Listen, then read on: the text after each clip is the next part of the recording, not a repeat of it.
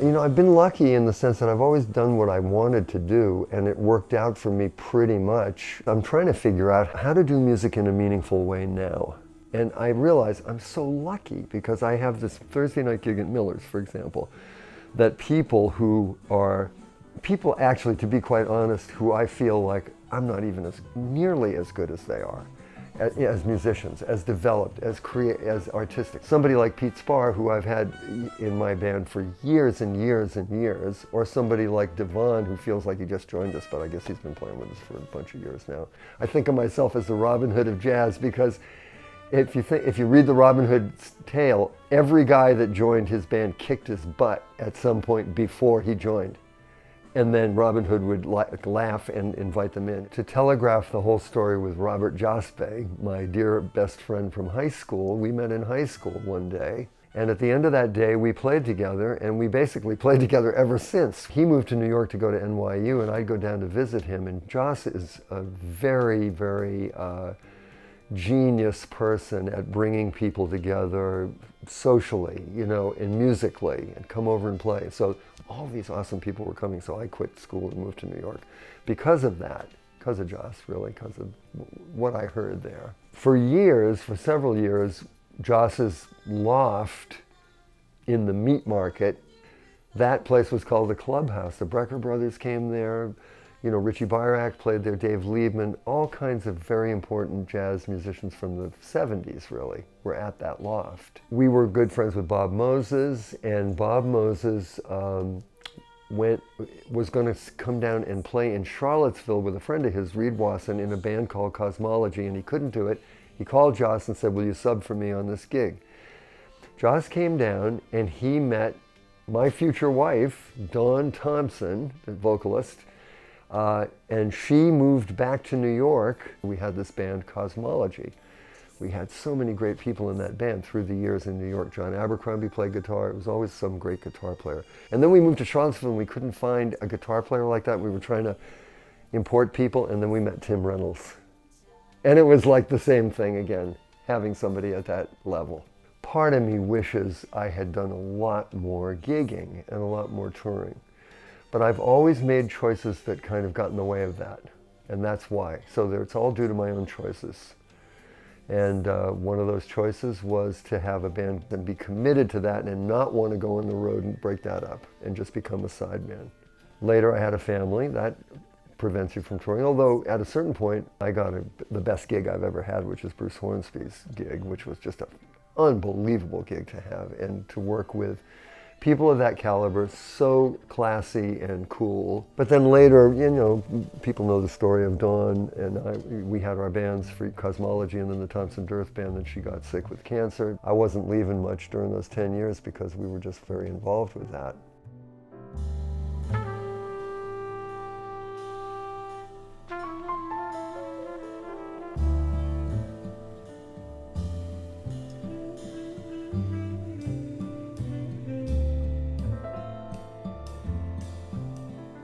Well, I'm proud of the fact that I made vinyl records at one point in my life, and I have no idea how many recordings I've done. As a leader, I could count them up, and they're not that many.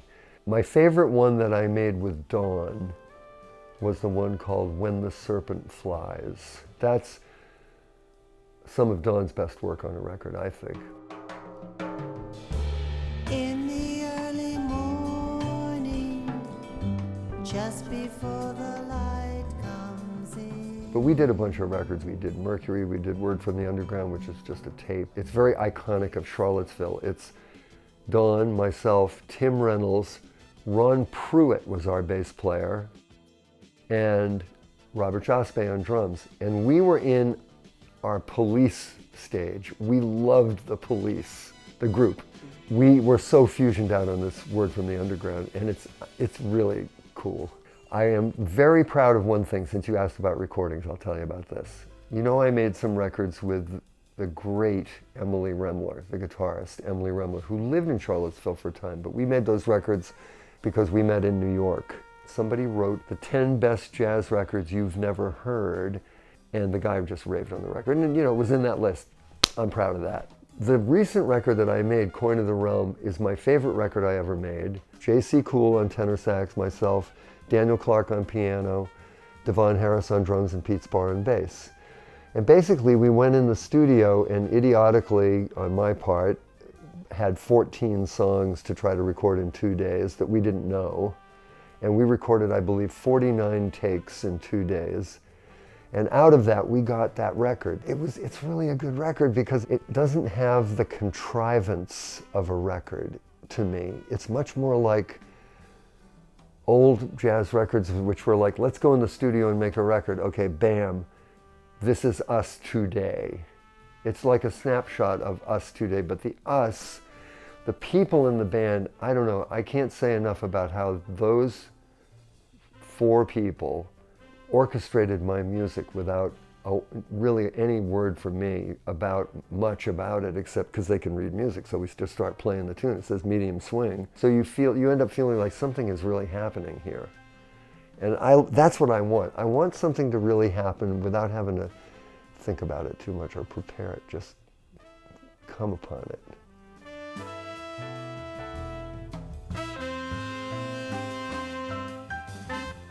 I had never thought of myself as composing. I was in a small town high school in the 60s and did not do well in that high school. And my mother, she found this other school. And one of the big things that happened at that school was I met Joe Schaff, who was the music director there, who was a violist, a classical player. He got us listening to Bartók and modern stuff, and I was like, this is ridiculous.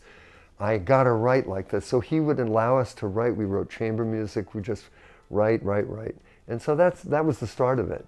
And then honestly, I'll tell you, a big milestone for me in terms of embracing it was when Ornette Coleman won the Pulitzer Prize for his orchestral piece. It gave me permission to think that I could write for the orchestra. And then I did get a gig writing for orchestra through the Dave Matthews Band, writing for the Richmond Symphony. And I wrote that project, and I learned a lot.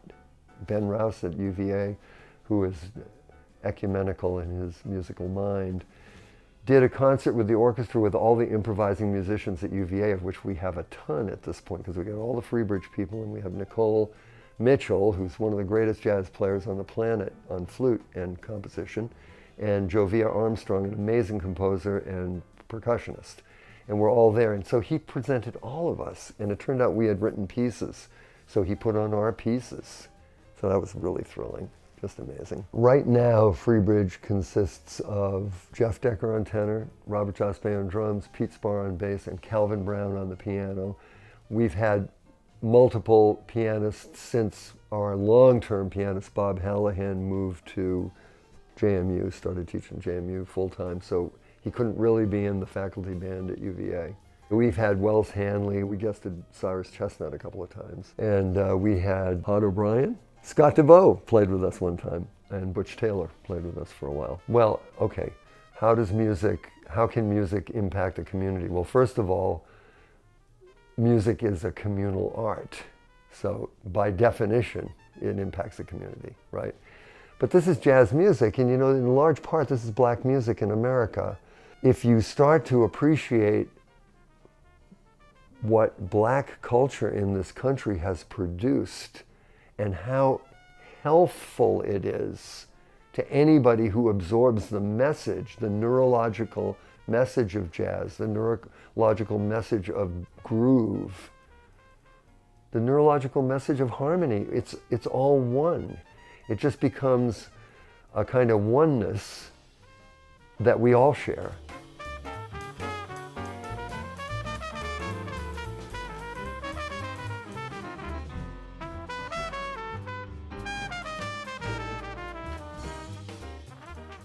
I had been feeling like I was very isolated as a music teacher because I was only seeing a certain demographic, and I was helped to understand where I could go to make a difference. The Walker School, 5th and 6th grade in Charlottesville, every kid in Charlottesville starts music at Walker in the 5th or 6th grade. So I volunteer there, and that has allowed me to feel like I'm really in the community more with music. And then, of course, Miller's, I feel like that helps the community a little bit, to see the excitement of people on the bandstand plan that music. It's not like a show. It's like something's unfolding. It's always a drama. It is a sort of workshop and cauldron over the years for lots and lots of people to come through and develop and find a voice, go out and do their own thing. But music is a social art, so yeah, that's community for sure.